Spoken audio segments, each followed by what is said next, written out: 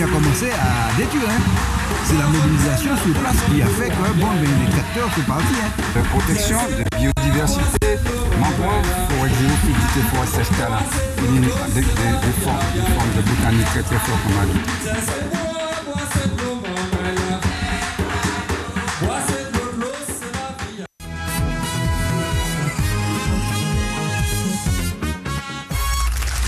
Alors Elia, qui vient de finir ses études, exactement, avec un master en droit constitutionnel. C'est ça. Alors ça me parle, Elia, à un point que vous n'imaginez pas, c'est une vraie passion. Moi depuis, oui, parce que dans le cadre de mes études et puis après, ça m'a beaucoup servi moi pour l'information. Dans le cadre des JT ou des émissions politiques, parce que Elia le sait plus que quiconque, le droit constitutionnel, c'est la règle du jeu de notre système politique. Exactement. Puis ça a beaucoup fait partie de l'actualité ces dernières années. Ouais. Et donc forcément, sur la hiérarchie des normes, toutes ces choses-là, on est de plus en plus sollicité. En tout cas, je l'espère pour moi bientôt. Alors, la hiérarchie des normes, nous on sait lire, parce que évidemment. C'est la hiérarchie des normes dans l'ordre de la loi, quoi. C'est qu'en fait, la loi doit respecter la Constitution. Voilà. Et derrière, le règlement doit respecter la loi, qui elle-même doit respecter la Constitution. Voilà. Kelsen appelle ça la pyramide des normes. Il y a même un bloc de constitutionnalité. Exactement. Parce qu'il n'y a pas que la Constitution. Non, c'est ça. Il y a la Déclaration des droits des citoyens, le préambule de la Constitution de 1946. Et aussi, bien sûr, la Charte de l'environnement de 2004, qui fait aussi partie, donc assez récente et qui est de plus en plus utilisée, notamment pour les droits des générations futures. On en a parlé dans l'actualité il n'y a pas si longtemps que ça. Et pour le droit à disposer d'un environnement sain aussi. Oui, le législateur ne peut pas faire n'importe quoi. Exactement, il est contrôlé. Il n'est pas tout puissant, il doit respecter des valeurs qui ont été un peu gravées dans le marbre. Bel bonjour, aujourd'hui on va jouer à Question pour un champion. Donc avec Pascal Tourbillon, qui a fait justement des études en économie. En fait, il était enseignant en économie. Donc déjà, on va dire bonjour, bonsoir. Bonjour tout le monde. Hein? Oui, Fanny, merci. Merci. Moi, on est en maîtrise de droit. Hein? Moi, j'ai enseigné sciences économiques et sociales. Ah, mais tu as une maîtrise de droit. Ouais, c'est génial. Voilà, donc question pour un champion. Nous, notre champion sur le plateau. Donc, bel bonjour tout le monde. Donc, aujourd'hui, en fait, c'est en semaine et puis la Sopama. On remercie Zouk TV, on remercie la technique pour le travail qu'on lui donne au niveau de la Sopama, parce qu'il y a un certain jonglage à faire. Et donc, aujourd'hui, on va aborder 3 points. D'abord, il y a une conférence sur le chlordécone fait avec l'AMSES ce samedi 30 novembre.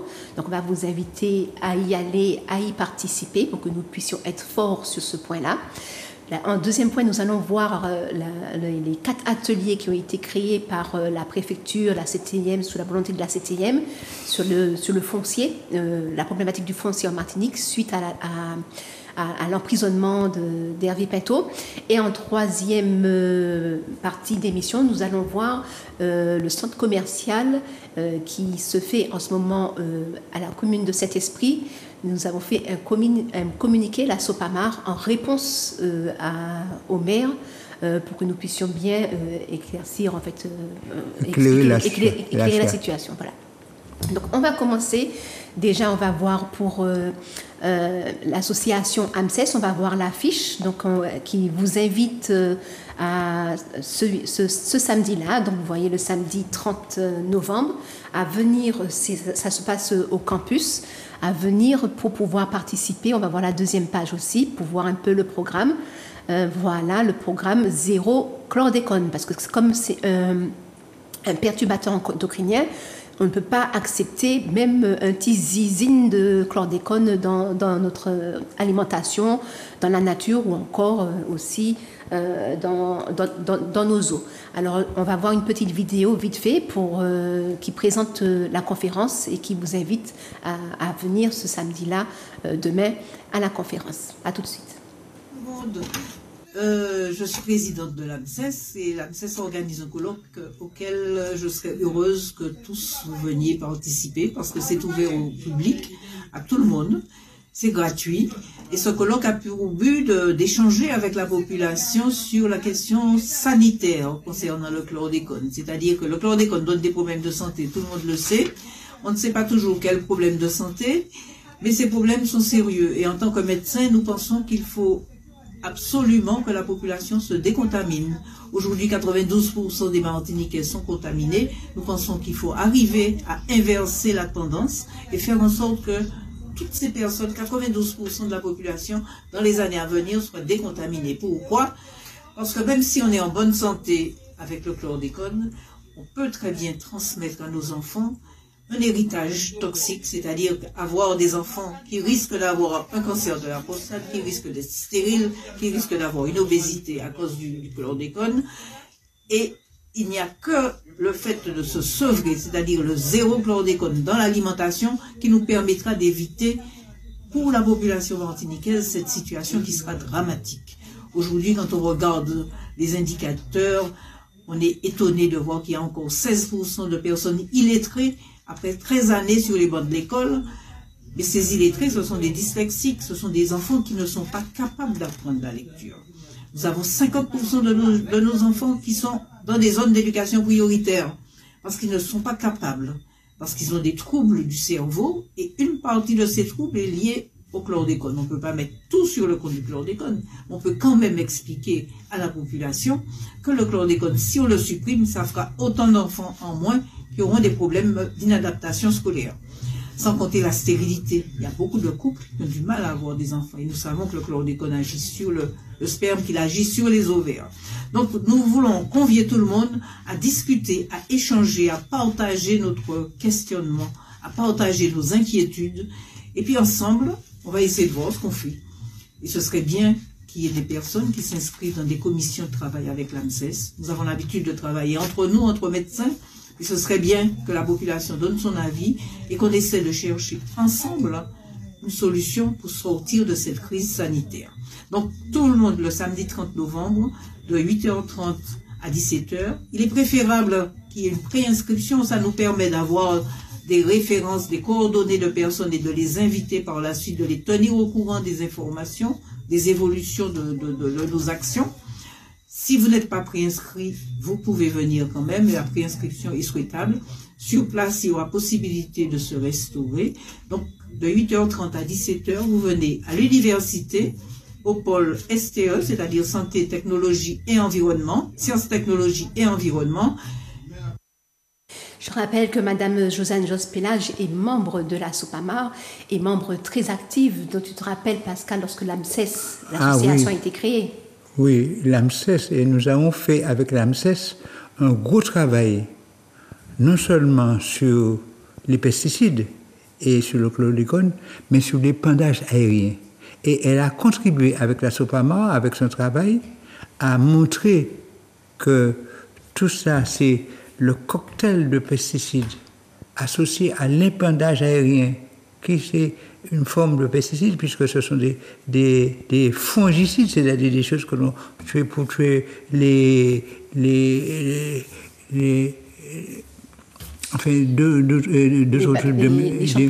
champignons. Donc il y a chaque pesticide a un nom. Les herbicides, les insecticides, etc. Et donc, nous avons montré que tout ça mélangé, et lorsque ça pénètre dans le corps, ça donne un cocktail.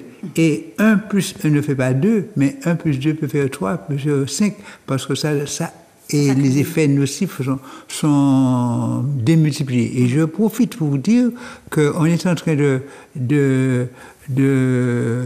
d'autoriser le glyphosate. Le glyphosate encore va accentuer les problèmes. Et donc, nous sommes preneurs de cette conférence de samedi de l'AMSES, l'Association médicale pour la santé et l'environnement, en Martinique. Et donc, nous demandons donc à tous ceux qui peuvent y être là de venir. Et parce que Mme Jospélage, c'est une femme courageuse qui travaille beaucoup pour son pays parce qu'elle aime son pays. Elle est pédiatre aussi. Elle est médecin pédiatre. Mais elle connaît ce problème, et puis d'autant plus qu'elle a vécu dans sa chair, dans sa famille, les problèmes, ce genre de problèmes-là. Voilà. Et donc, en fait, effectivement, tu parlais vite fait, bon, il faut qu'on aille vite parce qu'on a le dossier du foncier, mais tu parlais justement de la molécule de glyphosate. Nous savons ce qu'il en est aujourd'hui du chlordécone. Nous voyons les non-lieux successifs qui se font, quelle que soit l'affaire juridique qui gêne le monde colonial, les créoles, et malgré tout cela, malgré la connaissance de tout cela, nous avons vu que le préfet, il a quand même donné l'autorisation d'utiliser la molécule de glyphosate alors qu'on va vers la suppression totale des pesticides. Et ils connaissent, l'administration connaît le problème. Et l'impact que ça a eu pour les Martiniquais et les Guadeloupéens, malgré ça, ils donnent l'autorisation. Qu'est-ce que tu dis de cela, Pascal? Qu'est-ce que la SOPAMAR dit de cela? C'est pourquoi nous disons, j'ai lu toutes les déclarations du préfet, c'est pour dire, lorsque nous avons ces hauts personnels qui sont nommés par l'État français, ils ne sont pas au service des Martiniquais. Ils sont au service des intérêts de ce qu'eux-mêmes ils appellent la métropole, la métropole coloniale, et au service des ressortissants de cette métropole coloniale, c'est-à-dire les béquets et ceux qui arrivent là et qui se disent métropolitains. Et vous voyez bien toutes les décisions que ce préfet, en particulier le Bouvier, prend, c'est le gouverneur de l'État français au service de l'État français et pour les intérêts qui servent. Et ils s'en foutent, pardonnez-moi cette expression, mais de la santé des Martiniquais. Autoriser le glyphosate, alors qu'on sait les dangers. On sait que lorsque le glyphosate arrive avec le chlordécone, tout le danger que ça connaît et que ça crée. Alors, et puis autoriser ça, c'est vraiment... C'est criminel. C'est vraiment criminel. Le criminel, c'est lui. C'est ça. Alors, on continue donc le question pour un champion. Donc, effectivement, nous avons vu dans l'extrait qu'on a vu au début que, en fait, il parlait de la Constitution. Et la Constitution, dans la hiérarchie des normes, elle est au-dessus de tout. Et pendant que tu écoutais justement cet extrait-là, parce qu'il parlait de la charte de l'environnement, à quel niveau de la norme se trouve la charte de l'environnement? La charte de l'environnement, ce sont des dispositions spéciales qui prennent en compte l'environnement et la santé des populations. Et cette charte a été annexée à la Constitution française. Donc, elle a toute la grande valeur de la Constitution. Donc, elle est dans la hiérarchie des lois, elle est au-dessus de toutes les lois. Et par conséquent, cette charte dit clairement, la population doit être associée à toute décision qui mette en cause sa santé et son environnement. Associée à la prise de décision. Mais seulement, les Français disent que c'est une déclaration de principe. Et il faudrait que ce soit codifié par une loi qui précise comment faire. Et comme la loi n'est pas codifiée pour dire, ils font ce qu'ils veulent. Mais en réalité, à tout moment, mais ça veut dire que la santé et l'environnement doivent être protégés et être au-dessus de toutes les lois. Et c'est constitutionnel. Et c'est la Constitution. Mais avec l'affaire Hervé Pinto, on voit comment les tribunaux ont du mal à respecter leur propre Constitution, leur propre hiérarchie, leurs propres normes juridiques. Et c'est justement là qu'on va en venir dans cette deuxième partie de cette émission. C'est par rapport justement à Hervé Pinto. Donc on rappelle que Hervé Pinto, il est en marronnage, que nous la SOPAMAR, on soutient à 2000-3000% Hervé Pinto et la famille qui sont victimes du comportement colonial des occupants. Des institutions et puis de l'État français, de ce que j'appelle leur justice, mais les tribunaux et ceux qui sont nommés pour appliquer des règles là. Voilà. Donc en fait, ce mercredi 27 novembre, si je me rappelle bien, la présidente de la SOPAMAR s'est rendue à la Villa Chanteclair à Didier, à Fort-de-France, parce qu'il y avait justement le deuxième atelier sur le foncier qui avait été organisé par le préfet. C'était le 17 mai 2024. Donc nous allons voir la première vidéo où nous voyons la sortie d'Hervé Pinto de cette conférence et on retournera sur le plateau pour en discuter avec Pascal. Papa, à titre personnel, je ne participe pas à cette mascarade. Si d'autres personnes de KGM veulent le faire, faites-le. Je n'empêcherai personne à le faire, même en étant président. Je n'empêcherai pas les gens de KGM qui veulent participer le faire. Je n'empêcherai pas les gens de faire. Faites-le si vous voulez. Mais moi, je ne participe pas à une mascarade comme ça. Donc le problème du droit, de la loi, de la justice, de la qualité des décisions de justice n'est pas sur la table. Vous avez entendu? Il faut que le problème de la qualité des décisions de justice, le problème de la loi, du droit soit sur la table. On est dans un état de droit, oui ou non? Oui. Qu'est-ce que ça veut dire un état de droit? Un état de droit, c'est lorsque gouvernant et gouverné respectent la loi, respectent le droit. Bravo. Le préfet est en charge du contrôle de l'égalité. Le contrôle de la légalité. Quelle légalité? Où elle est où la légalité? Alors Gérard, où dépenser 77 000 euros, ni 34 euros à Goumé, un monde qui a ni col ni mort, ni un nac. Et puis 3 témoins. Il n'y a pas né. Les 2 autres mineurs, et juge là qui a dit que c'est un qui pas né, qui pille pas autant pour comprendre l'affaire. Maman Tigéo, c'est ça qui fait là. Mon côté dossier, on l'a pas tué. Merci. Nous allons en cassation, toute bagaille. Nous avons fait d'autres procédures, là, d'autres terres au niveau pénal, pour nous péter. Nous avons gagné un premier procès pénal. Vrai ou faux? Merci. Eh bien, mais nous pas fait l'intéressant pour dire combien de procès nous avons gagné. Oui, nous gagnons, nous empêchons, nous expulsons les Brigitte. Nous empêchons, c'est nous qui empêchons ça. Nous gagnons aussi les Delevis, nous gagnons aussi les Berlin. Nous avons gagné différents procès malgré les difficultés, malgré les problèmes.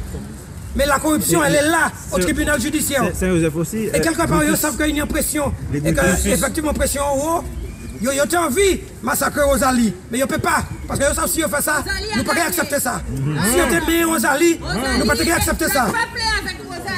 Et je dis ça ouvertement. Soit ils ont mis Rosalie, nous ne pouvons pas y prendre. Nous ne pouvons pas y passer. Mais ça ne veut pas dire qu'il n'y a pas y passer non plus. C'est inadmissible ce qui se passe là. Et il n'y a pas d'apaisement. Mesdames et messieurs, je ne peux pas arriver là gentil, calmement. Moi, les gens qui étaient là, nous, gentils, calmement. Déjà au départ, ils parlaient nous entrer à 3.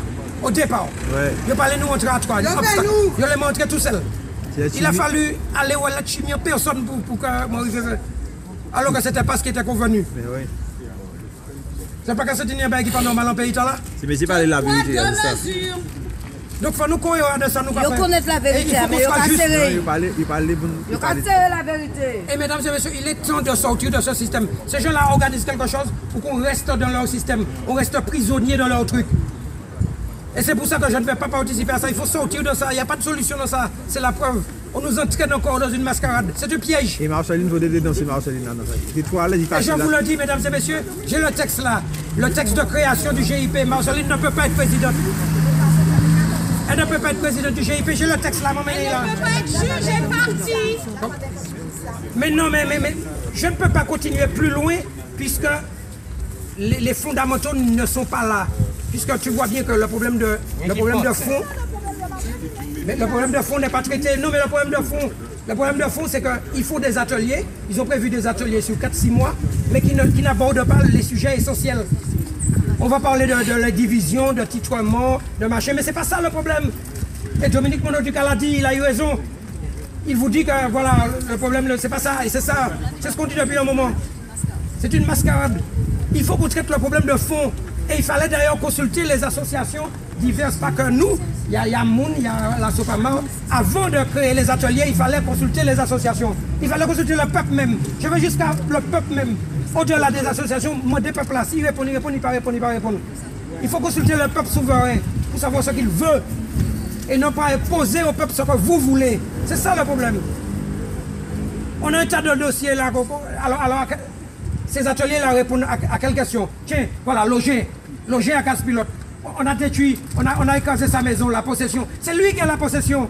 Pourquoi madame a pu faire une prescription alors que c'est lui qui a la possession? Voilà la question posée. On doit, c'est ça le truc. La propriété ou la possession. Ni monsieur Loger, ni madame n'a de titre de propriété. Donc, il y a quelqu'un qui a la possession. Qui a la possession? C'est Loger, il habite là depuis 80 ans. Pourquoi on écrase sa maison? Il ne peut pas bénéficier de la trentaine. Donc c'est ça qu'il faut comprendre. Donc tout leur blablabla, excusez-moi, avec tout le respect que je vous dois, je m'en bats les couilles. de ce blablabla-là. Parce que le problème donné, tiens, la famille Marine, la voilà là. Marine, la famille Marine à Bellevue, rappelez-vous. Je suis allé traiter le sujet. Elle a gagné en première instance. On appelle LPO. Alors qu'ils sont sur la même parcelle. Au départ, elle a demandé qu'on divise la parcelle. Si maman tu écoute, qu'on divise la parcelle. Donc elle était de bonne foi. Eh bien, on appelle LPO et LPO, même la maison qu'elle occupe, alors qu'elle a un acte du vrai propriétaire qui lui a donné le droit d'occuper, le droit de construire, article 555 du Code civil. Maman, bon, mais je connais les dossiers par cœur. Alors arrêtons. M'oblige fâché. Les mots comme ça. Donc nous voyons qu'il énumère effectivement la famille Brigitte, tous les dossiers qu'il a en main et puis qu'ils ont gagnés. Donc en fait, en somme, Hervé Pinto explique que le problème, ce n'est pas comment est organisé la loi. Et il le fait avec colère, et une colère légitime. Tout à fait, tout à fait. Parce qu'il est victime de ces comportements illégaux et mafieux. Voilà.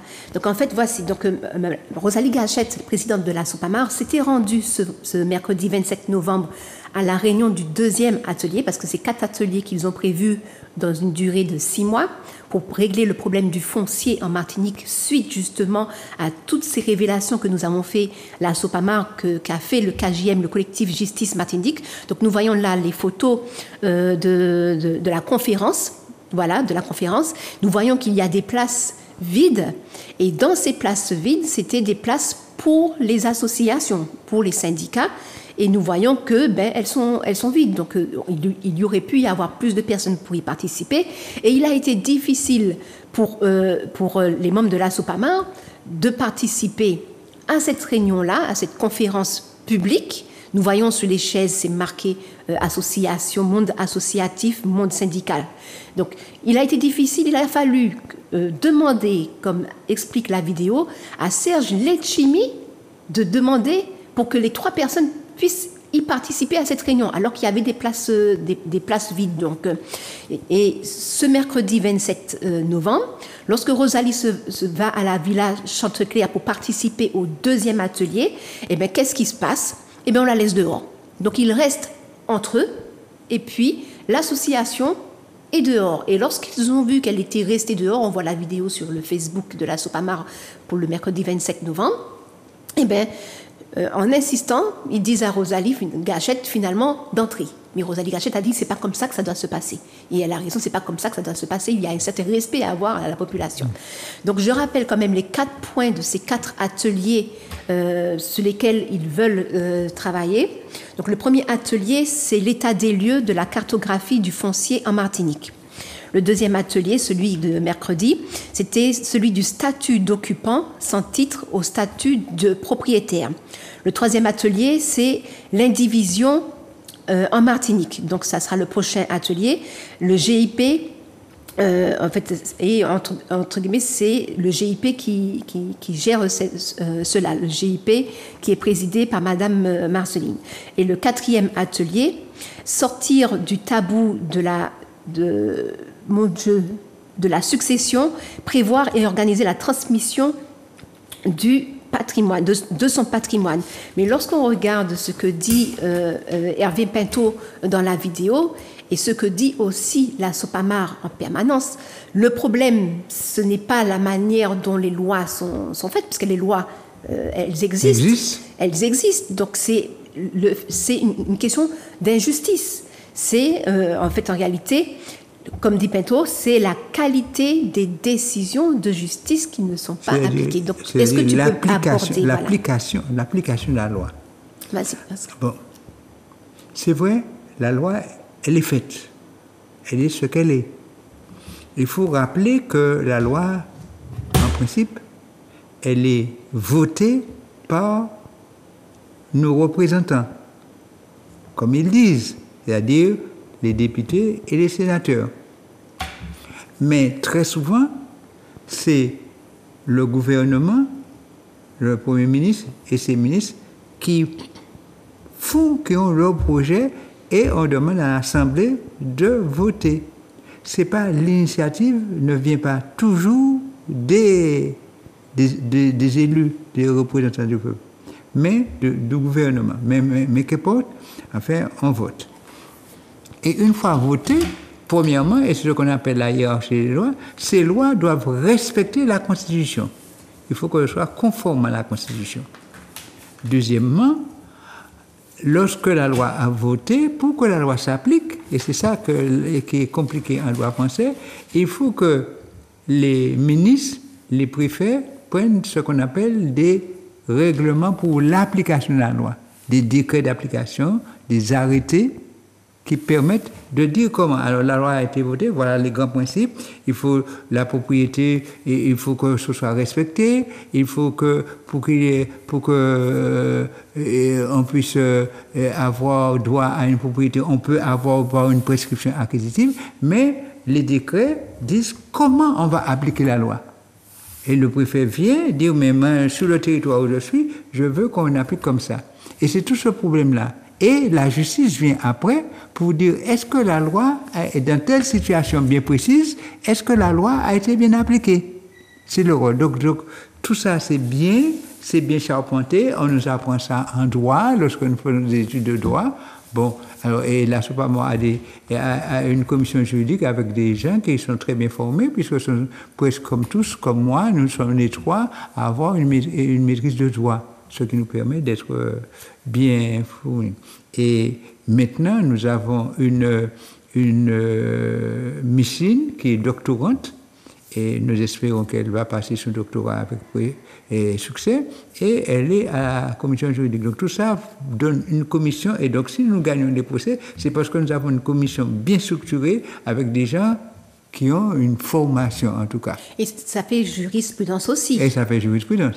Bon, donc en définitive, j'ai bien expliqué comment la loi est prise, comment elle est exécutée et comment les tribunaux sont là pour charger. Mais là, le problème en Martinique, c'est qu'il y a deux problèmes. La loi n'est pas votée, n'est pas faite pour les Martiniquais. Dès qu'on vote, on vote pour les 60 millions de Français, mais les Martiniquais, on n'y pense pas. Donc c'est la première chose. Et nous avons nos coutumes, notre manière de faire. Par exemple, chez nous, et par exemple, quelqu'un dit, « Je vais mon sous-tête à bord », et tout le monde sait, c'est tard. Mais en droit français, il faut que écrit, il faut qu'un notaire passe. Donc il y a la manière de voir les choses. La deuxième chose, c'est lorsqu'on arrive ici, le préfet, le gouverneur, le bouvier en particulier, avant d'arriver ici, on s'assure qu'il est au service de l'État. Et même le juge qui est là, on le fait faire un tri. Et c'est pourquoi on est souvent étonné des juges qui, en France, ont une certaine manière de se tenir, et lorsqu'ils arrivent en Martinique, ils sont là parce qu'ils ont été bien formatés pour dire qu'ils sont dans la colonie. Et dans la colonie, comment il faut appliquer, c'est pas comme chez nous. Donc le Martiniquais est victime de ces choix-là. Et je voulais préciser quand même que Madame Taron, par exemple, le langage qu'elle avait lorsqu'elle était en France est totalement à l'ouest lorsqu'elle l'applique en Martinique. Oui, parce qu'on l'a fait faire, on l'a formaté, on l'a dit que c'est comme ça qu'il faut faire. Et comme c'est une personne comme elle applique ce qu'on lui dit de faire. Donc, elle fait comme ça. Donc, et nous sommes victimes de ça. Et normalement, ils doivent être indépendants. Hein? Ils sont dits indépendants. Et ils se disent indépendants. Mais c'est une fausse indépendance, parce que c'est qui Une fausse indépendance, puisque par le formatage qu'ils subissent. Mais leur désignation aussi. Oui. Donc voilà un petit peu ça. Alors, donc, c'est ce qui fait l'application de la loi qui est déjà faite pour les Français est encore biaisée et encore toujours en défaveur des Martiniquais. Et c'est ça le problème. Et donc, toute cette hiérarchie de la loi qui est bien faite, qui est bien charpentée, ici, ça passe à la trappe. Parce que ceux qui sont nommés reçoivent des directives particulières. Donc, et c'est pour ça puis ensuite, l'autre élément qu'on nous oublie, aucun État, aucun pays n'envoie dans les colonies ses meilleurs agents Et ça se comprend. Si le Bouvier était un bon préfet, etc., on le garderait. En France, on a besoin de bonnes personnes en France. Ils en ont besoin. Et pourquoi on les envoie ici? On envoie dans les colonies ceux qui ne sont pas toujours les meilleurs. Et donc c'est pour ça qu'en fait que Hervé Pinto, on voit qu'il est très remonté contre tout ça. Et puis, donc je vais repréciser, il dit la qualité des décisions de justice, gouvernants et gouvernés doivent respecter la loi et le préfet celui du contrôle de la légalité. C'est ce que tu disais au début. Alors, donc il doit contrôler que la loi est bien... et contrôle la légalité, pas pour les individus. C'est lorsque le maire prend une décision, est-ce que la décision est conforme à la loi? Et c'est lui qui contrôle cette légalité. Donc, un permis de construire et tout ce que je fais. Mais alors, bon, toi, si l'individu, s'il y a un problème, il ira devant les tribunaux. Voilà. C'est les tribunaux qui vont décider. Bon, mais en tout cas, ces pouvoirs, c'est compliqué, mais en tout cas, ce qu'il faut comprendre, c'est qu'il y a une loi qui s'impose à tout le monde et qui doit s'appliquer correctement. Le préfet est là pour faire appliquer ça et de contrôler que les maires et tous ceux qui prennent des décisions sont bien prises. Et puis les tribunaux, est-ce que c'est bien appliqué?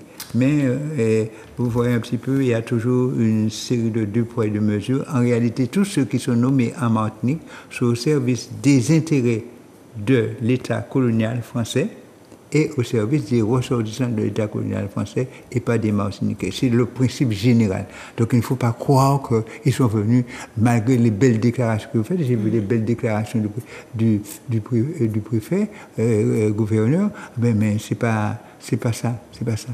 Il est d'abord au service de son État colonial et des ressortissants de l'État colonial. Ouais.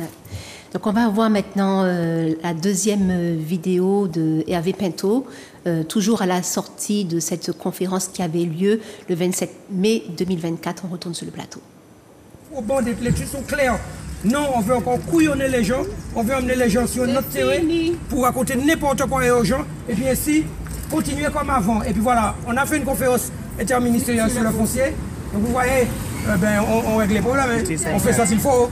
Voilà, vous vous êtes inscrit dans un atelier, c'est un piège. Vous vous êtes inscrit dans un atelier, et puis voilà. C'est un peu comme ça que les Kanaks ont été piégés, mesdames et messieurs. Les accords de Nouméa. Les accords de Nouméa, rappelez-vous. Allez vérifier. Ils n'ont pas dit, mais regardez. Jean-Marie Djibarou et Jacques Lafleur, ils ont signé des accords. Mais qu'est-ce que ça signifie en fait? Ça signifie que, en quelque part, les Kanaks ont été piégés. Parce que les Kanaks, certes, on a reconnu qu'ils sont nés là, que c'est leur terre, mais en même temps, dans cet accord, on reconnaît une légitimité aux colons. C'est-à-dire que c'est 50-50. Et là, il y a eu un effet de bascule, puisque finalement, ils sont 39% aujourd'hui. Donc, les colons sont bien plus nombreux. Donc, ils sont en train de perdre. Et effectivement, un référendum ou une élection, quelle qu'elle soit, oublions ça. Sans compter les Kanaks qui sont aussi au service des colons, parce qu'il y a ça aussi. Tous les Kanaks ne sont pas pour leur peuple. Ouais. Oui, les créolisés. Vous comprenez? Donc, il y a beaucoup de Kanaks, il y a quelques Kanaks, pas beaucoup, mais il y en a quelques-uns qui servent la cause contre leur propre peuple. On vit ça aussi ici. On vit ça aussi ici. Oui, effectivement. Donc ça veut dire que malheureusement, ils ne sont pas à 100% derrière la cause Kanak. Mais déjà, les dés sont pipés parce que au départ, eh bien, il y a eu les accords de Nouméa où ils reconnaissent une certaine forme de légitimité aux colons. Alors que c'est leur terre. Pourquoi ils devraient faire un référendum? Pourquoi ils doivent discuter? Pourquoi ils doivent prendre position sur ce qui est à eux? C'est leur terre, ils n'ont pas à prendre position. Ils doivent simplement dire si oui ou non, il y a une coopération avec telle ou telle personne dans un cadre quelconque. Mais ils n'ont pas à reconnaître ni à céder quoi que ce soit à qui que ce soit. C'est à eux. C'est leur terre. C'est leur terre. Donc il y a un véritable problème là-dessus. Et c'est pour ça, effectivement, que les Kanaks sont debout et on peut le comprendre. Mais ici en Martinique, eh bien, il y a un gros débat qui doit s'ouvrir. Effectivement, il faut faire un recensement. Parce que le cadastre ne sert qu'à établir l'impôt. On nous parle de cadastre, on nous vote le cadastre, etc. Le cadastre n'indique que de simples présomptions. C'est le code civil. Le cadastre n'indique que de simples présomptions. Donc on ne peut pas s'appuyer sur des éléments du cadastre comme référentiel Par contre, il y a des titres de propriété. À quel moment on fait le lien entre chaque titre enregistré à la conservation des hypothèques et chaque parcelle enregistrée au cadastre? À quel moment? Quand est-ce qu'on a fait ça? C'est ça la vraie question. Et personne ne veut investir, parce qu'il faut investir dans ça. Personne ne veut le faire. Et bien entendu, quand on parle de possession et de propriété, Mme Marceline induit les Martiniquais en erreur. Elle va à la télé dire que la possession prend le pas sur la propriété, mais c'est du n'importe quoi. La propriété est protégée au niveau du droit interne, code civil. La propriété est protégée au niveau du droit européen.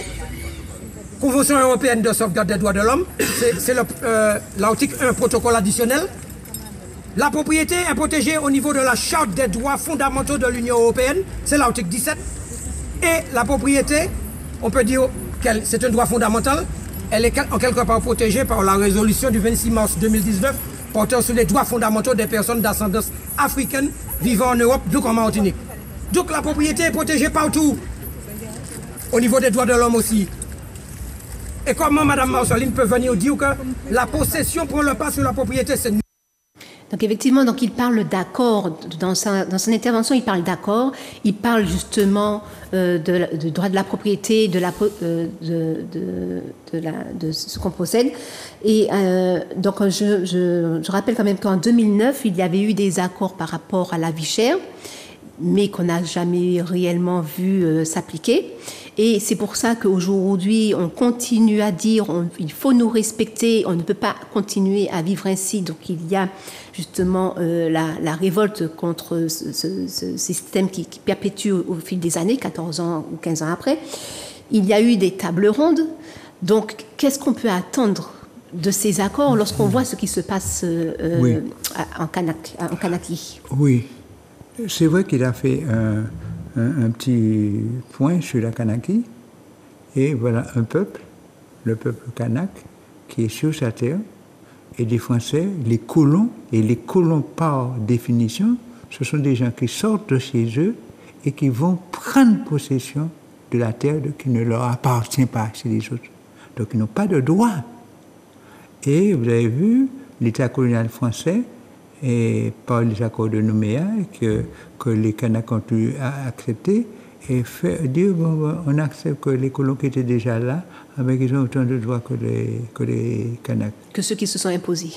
Les Kanaks ont autant de droits que ceux qui se sont imposés. Oui, que ceux qui sont venus voler, spolier leur terre, parce qu'ils étaient propriétaires peut-être chez eux, mais ils ne sont pas propriétaires sur la terre Kanak. Mais c'est pareil ici en Martinique.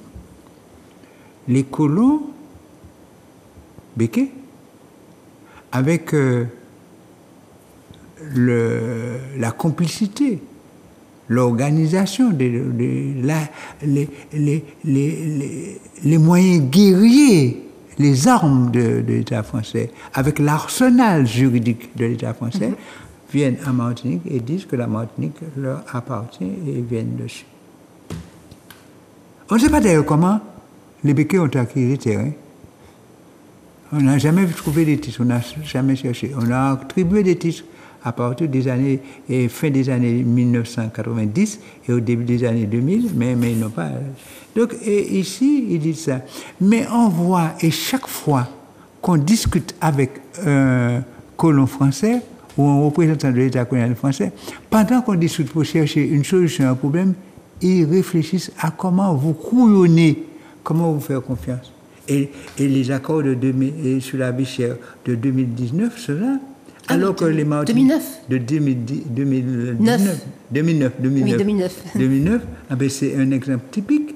Les Martiniquais étaient de bonne foi. Il y a une révolte. Ils veulent faire des accords. On a dit, on veut mettre fin à la révolte. Tout le monde dit, ça c'est autour d'État.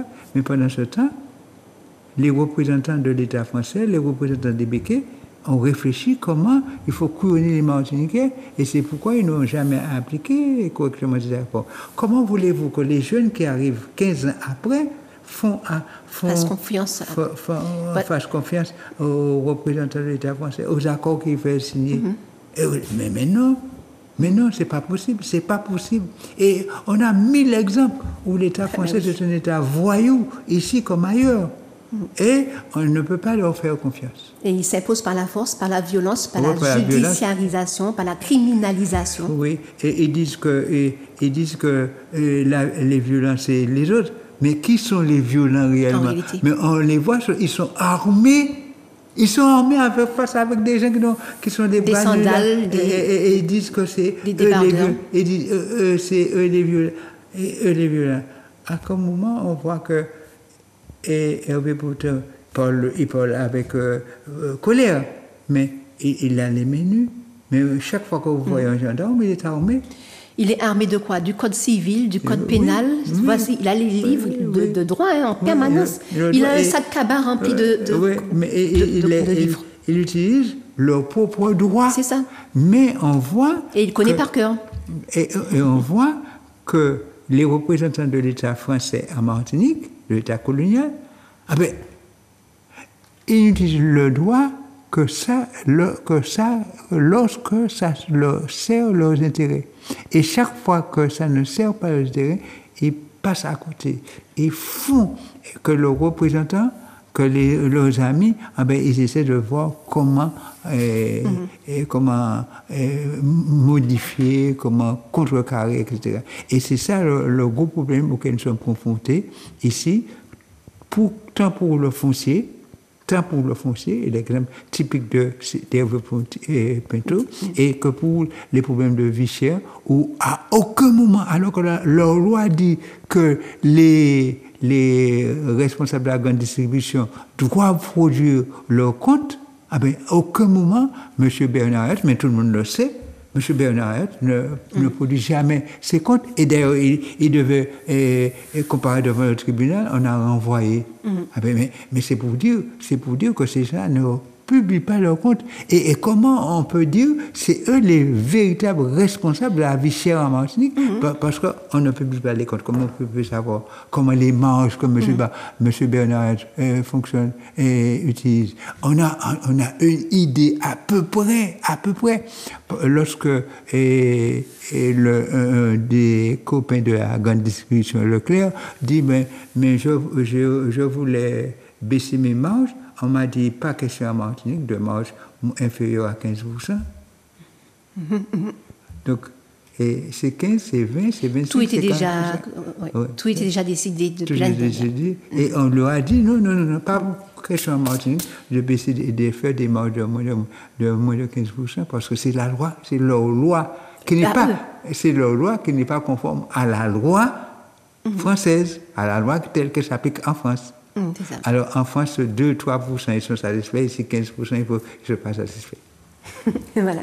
Donc nous voyons c'est quoi les accords, donc la table ronde, et là les 4 ateliers. Lorsqu'on voit ce qui se passe à la table ronde ou 2009, donc on s'attend déjà, on sait à quoi s'attendre. Oui, et puis ensuite les représentants, et puis ils sont entre eux quand ils disent comme ça, ils mettent les Martiniquais à part, et puis comme ça c'est fait mercredi. Et lorsqu'ils vous arrivent, c'est pour ceux qu'ils ont déjà décidé, après on va laisser. C'est ça. Et donc, c'est vraiment du voyeutisme. Et on a vu quand même, lorsqu'il y avait la table ronde, la nécessité de la transparence et de filmer les débats. Oui, mais et là, ils sont entre eux. Oui. Et puis, ils ont mis Rosalie Gachette, présidente de la SOPAMA, dehors. Voilà. Donc, ils complotent entre eux pour qu'il n'y ait pas de parasites. Oui, il ne faut pas que les autres voient. Voilà. Donc, on va finir sur la 3e partie. Donc, c'est le communiqué sur le centre commercial qu'ils sont en train de construire au Saint-Esprit. Donc, on va voir... avant de commencer, je voulais qu'on mette les photos parce qu'on dit que ce n'est pas un centre commercial. Donc, on va voir le panneau aux images où c'est moi-même qui avais filmé et c'est moi-même qui avais photographié parce que je passe pratiquement tous les jours à côté. C'est un centre commercial. Et dans le projet... avant même que le projet s'est présenté, lorsque nous faisons lecture du projet à la page 26, nous voyons clairement qu'il est écrit centre commercial. Ils veulent nous dire que c'est une zone de je ne sais pas quoi, etc. Et donc le maire est pris en flagrant délit de mensonge. Vraiment, il faut le dire, c'est ça, c'est la réalité. Hein. Et c'est une contre-vérité qu'il dit. Et nous sommes gentils de notre communiqué. Ok. Donc, on va lire le communiqué. On va voir le communiqué sur vos écrans. Donc, le maire du Saint-Esprit, je ne sais pas si on peut agrandir un tout petit chouïa pour qu'on puisse mieux voir. C'est le communiqué, oui. Voilà. Donc, le maire du Saint-Esprit vient de publier un communiqué intitulé « Stop aux mensonges ». Donc, c'est les mensonges, c'est la SOPAMAR. La SOPAMAR a validé le plus du Saint-Esprit le 23 octobre 2019. C'est ce qu'il déclare. C'est ce qu'il déclare. Donc, qu'est-ce que tu peux dire justement sur Oui, mais nous l'avons expliqué très clairement. Henri-Louis Régis et moi-même, nous étions à la réunion, et lorsqu'on a parlé du dossier de l'avenir, là où se trouve impliqué le centre commercial, le quartier et la JAM qui a étudié le plus de cet esprit, et le maire et toute l'assemblée des personnes publiques associées ont convenu ensemble, bon, comme il y a une discussion entre la mairie et les béquets, les ayottes de ce côté-là encore, ben on va étudier ça et puis on met ça à part. Et donc, on n'a pas étudié en détail ce dossier-là. C'était à l'ordre du jour, mais ce jour-là, je suis ferme parce que j'étais à la réunion du conseil municipal et personnes publiques associées pour décider du plus. On a dit qu'on va mettre à côté. Et voilà. Et c'est à partir de ça que le maire, la mairie a manipuler les documents et pour faire sortir ce qu'il fait. Et voilà ce que nous disons de la commission. Voilà. Donc, dans sa volonté, donc on va continuer à faire la lecture, dans sa volonté de discréditer la SOPAMAR, le maire de la commune a publié le PV de la CDPNAF de cette date qui montre l'avis favorable de la commission sur le plus de la commune à laquelle la SOPAMAR a participé. Certes, la SOPAMAR s'est prononcée favorablement le 22 octobre 2019 sur le projet du plus qui lui a été présenté, car celui-ci permettait de déplacer l'hôpital du Saint-Esprit, inondable et inondé, pour se reconstruire le nouvel hôpital dans la ZAC de l'avenir. Le maire du Saint-Esprit... On va reprendre ça. Vas-y. Donc, la SOPAMAR a dit oui à la CDPNAF parce que l'hôpital de Saint-Esprit se trouve dans un site inondable, au bas du bout. Donc, l'eau arrive là, la rivière, les coulisses arrivent là. Donc, on a dit, OK, on va déplacer, on va mettre dans la ZAC de l'avenir. Et c'est pour ça que la SOPAMAR a donné un avis favorable. Voilà, parce il était prévu le déplacement. Le déplacement de l'hôpital pour le mettre dans la ZAC de l'avenir. Voilà, et non pas le mettre dans une zone inondable. Oui, voilà. C'était ce qui était prévu dans la zone de l'avenir. Voilà. Alors, le maire du Saint-Esprit le reconnaît d'ailleurs lui-même lorsqu'il écrit que seul le terrain de 3 hectares devant accueillir la reconstruction de l'hôpital du Saint-Esprit a fait l'objet d'un déclassement par l'actuelle municipalité dans le cadre de la révision du plus approuvée le 9 juillet 2020. Rappelons que la municipalité actuelle a été élue lors des élections de 2020, donc après l'avis de la CDPNAF. Oui, voilà. Après l'avis de la CDPNAF. Donc, le conseil municipal a modifié ce que la SOPAMAR avait donné comme avis.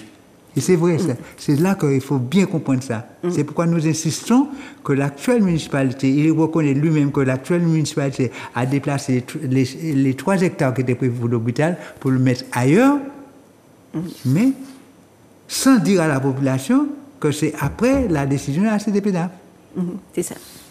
Alors, la municipalité actuelle a donc fait cadeau des 3 hectares de l'emplacement prévu pour le projet public d'hôpital à des promoteurs privés pour leur permettre l'installation de maisons individuelles destinées à des sociétés privées et d'un centre commercial, si on peut voir de nouveau le panneau, qui ne dit pas son nom. Dans sa tentative de faire avaler la pilule, le maire prétend le projet commercial incriminé n'est pas un futur hypermarché de la grande distribution, mais une zone artisanale devant accueillir plusieurs locaux d'activité et de services.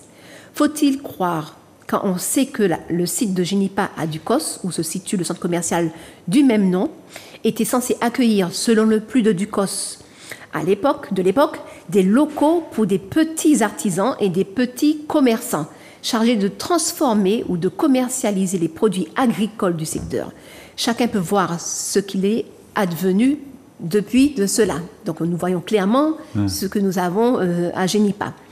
Les propos du maire du Saint-Esprit ne peuvent plus tromper la population, résolue à protéger les terres agricoles en vue de créer en Martinique et à Saint-Esprit singulièrement les conditions de développement agricole viable du développement durable du pays. Le maire Fred Thirault prétend que l'on a tenu des propos mensongers de nature à nuire à la municipalité. Il n'a qu'à porter plainte pour diffamation. Il le sait, lui qui est un avocat. Donc le communiqué a été fait le 20 novembre 2024 et il est disponible sur le Facebook de la Sopamar. Tu voulais rajouter? Donc, on le dit avec fermeté, ce qu'on a dit là, avec précision aussi, et on dit au maire, si vous estimez, parce que vous dites qu'on a tenu des propos qui sont de nature à nuire à la municipalité, c'est donc que ce sont des propos qui seraient diffamatoires, et lui, il est un juriste, il est un avocat, il sait qu'il peut porter plainte. Il n'a qu'à porter plainte et nous allons faire sortir tous les éléments du dossier que nous avons. Nous avons donné les éléments principaux, hein, vous avez vu comment le maire a mis en place les 3 hectares qui étaient prévus pour l'hôpital de Saint-Esprit. Il a mis ça à la disposition des promoteurs privés pour des constructions et pour le centre commercial. Et on voit bien que c'était un centre commercial et il raconte tout ce qu'il veut, mais on est clair dessus. Voilà. Donc, je rappelle aussi on va voir les images du bois Charles. Donc, en haut de là où ils ont mis les villas, eh bien, nous voyons effectivement qu'il y a une forêt qu'on appelle le bois Charles. Donc, c'est une zone. En créole, j'ai dit bois la Charles. Voilà, Charles. Toutes les gens ne connaissent pas là. Avec des espèces. Oui, avec des espèces protégées. Protégées. Oui. Nous avons aussi les chauves-souris qui sont très nombreuses dans cette zone. Donc, on va voir la page 2. Je ne sais pas si on avait déjà vu. Voilà. Donc, avec une biodiversité. Est-ce qu'il y a des serpents là? Je ne sais pas s'il y a des serpents, mais on voit qu'effectivement que c'est riche en biodiversité et que c'est quand même une forêt que nous devons absolument protéger.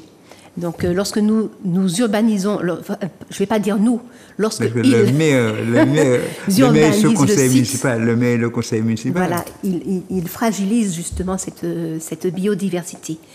Donc, je ne sais pas si tu as rajouté quelque chose sur le Saint-Esprit. On va voir quelques images de Osdari. C'est juste pour dire que nous en avons assez de centres commerciaux. Et nous avons dit à Saint-Esprit comme ailleurs, ça tue le bourg, ça tue le petit commerçant, ça tue les artisans, et c'est pas ça qu'on fait. Parce qu'à côté de Saint-Esprit, il y en a à Ducos, pas loin, il y en a au François, pas loin, et par conséquent, je crois que c'est pas un besoin réel. Et nous avons consulté encore le SCOT, le document de l'espace sud, qui dit que on ne pourrait, avant d'implanter de nouveaux centres commerciaux, il faut expliquer, il faut chercher, il faut voir vraiment s'il y a un besoin. Et je ne suis pas sûr qu'il y ait un besoin de centres commerciaux. C'est ça. Alors, on va voir quand même... Alors qu'on a besoin de terres agricoles. C'est ça. Et c'était une terre plantée en canne, là. Oui, c'était planté en canne et on a besoin de terres agricoles pour donner l'autosuffisance alimentaire, pour permettre la sécurité alimentaire du pays. Et alors que le Galion demande du sucre et qu'il n'y a pas de sucre dans les rayons, vous pouvez voir encore une fois, aujourd'hui, en 29 novembre 2024, qu'il manque du sucre dans nos rayons. On va voir vite fait l'image des anses d'Arlé, lamentable image d'un arbre, voilà, avant et pendant sa coupe. Donc, est-ce qu'on peut voir les images vite fait? Voilà. Donc, voici l'arbre qu'on a essayé et qu'on essaye de protéger. Voici ce qu'il est devenu. Aux anses d'Arlé. Donc, tu as peut-être une petite phrase à dire avant qu'on finisse. L'émission est presque finie. Voilà. Oui. Et je crois que, en dehors de tout, je crois que le maire des anses d'Arlé ne s'est pas comporté comme un Martiniquais dans ses affaires. Il peut dire tout ce qu'il veut. Il sait, parce qu'il est d'origine rurale comme moi-même, que le fromager, c'est un arbre respecté. C'est un arbre mythique. On peut raconter tout ce que l'on veut.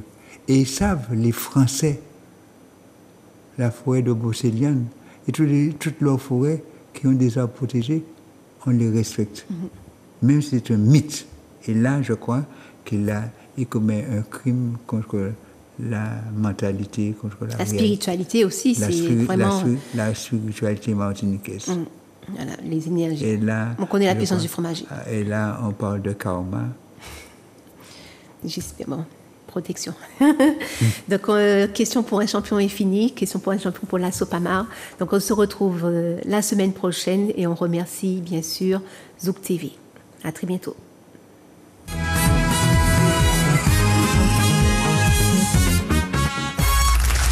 Alors, Elia, qui vient de finir ses études, exactement, avec un master en droit constitutionnel. C'est Alors ça, ça me parle, Elia, à un point que vous n'imaginez pas, c'est une vraie passion. Moi, depuis, oui, dans le cadre de mes études, et puis après, ça m'a beaucoup servi, moi, pour l'information, dans le cadre des JT ou des émissions politiques, parce que Elia le sait plus que quiconque, le droit constitutionnel, c'est la règle du jeu de notre système politique. Exactement. Puis ça a beaucoup fait partie de l'actualité ces dernières années. Ouais. Et donc forcément, sur la hiérarchie des normes, toutes ces choses-là, on est de plus en plus sollicité. En tout cas, je l'espère pour moi bientôt. Alors, la hiérarchie des normes, nous on sait lire parce que bon, évidemment, c'est la hiérarchie des normes dans l'ordre de la loi, quoi. C'est qu'en fait, la loi doit respecter la Constitution. Voilà. Et derrière, le règlement doit respecter la loi, qui elle-même doit respecter la Constitution. Voilà. Kelsen appelle ça la pyramide des normes. Il y a même un pour bloc les initiés. De constitutionnalité. Exactement. Il n'y a pas que la Constitution. Non, il y a la déclaration. C'est ça. Il y a la déclaration des droits des citoyens, le préambule de la Constitution de 1946. Et aussi, bien sûr, la charte de l'environnement de 2004, qui fait aussi partie, donc assez récente et qui est de plus en plus utilisée, notamment pour les droits des générations futures. On en a parlé dans l'actualité il n'y a pas si longtemps que ça. Et pour le droit à disposer d'un environnement sain aussi. Oui, le législateur ne peut pas faire n'importe quoi. Exactement, il est contrôlé. Il n'est pas tout puissant, il doit respecter des valeurs qui ont été un peu gravées dans le marbre.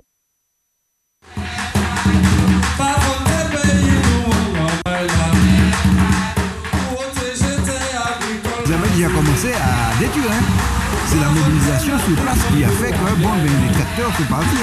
La protection de biodiversité, mangrove, forêt géophytique, forêt sèche, des formes de botanique très très fortes comme on a dit.